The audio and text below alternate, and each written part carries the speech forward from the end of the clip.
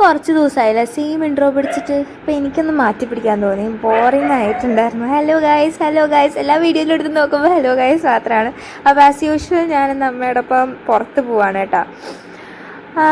എവിടേക്കാന്ന് വെച്ചാൽ ഞാൻ എപ്പോഴും പറയുന്ന പോലെ വീണ്ടും ആസ് യൂഷ്വൽ പറൂരോട്ട് തന്നെയാണ്. വേറെ എവിടേക്ക് പോകാനല്ലേ, വേറെ ഒന്നും വാങ്ങിക്കാനായിരുന്നില്ല. അച്ഛന് കുറച്ച് ഡ്രസ്സും ചിപ്സും ഒക്കെ കൊടുത്തയക്കാനായിട്ടായിരുന്നു. അങ്ങനെ വന്നപ്പോൾ ഞങ്ങൾ ബ്യൂട്ടി പാലസിൽ കയറി. സൺസ്ക്രീനൊക്കെ തീർന്നിരിക്കണം, അതുകൊണ്ട് ബ്യൂട്ടി പാലസിൽ കയറി. ഇതാണ് ഞങ്ങളുടെ സ്ഥിരം മേക്കപ്പ് പ്രൊഡക്ട്സ്, ബ്യൂട്ടി പ്രൊഡക്ട്സ് വാങ്ങിക്കുന്ന സ്ഥലം.